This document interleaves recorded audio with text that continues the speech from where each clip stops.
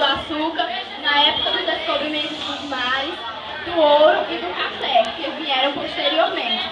Nós vamos falar do ciclo cangaço, onde viveu Virgulino Ferreira, o rei do cangaço. Para muitos, um justiceiro, que vivia a serviço dos mais pobres, e para poucos, o bandido sanguinário. Conheçam a sua história.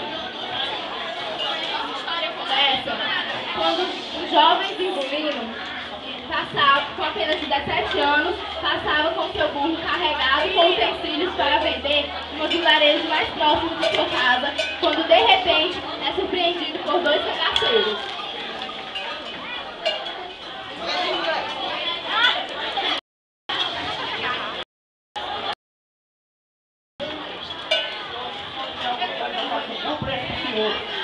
Olha aí que calor de solente.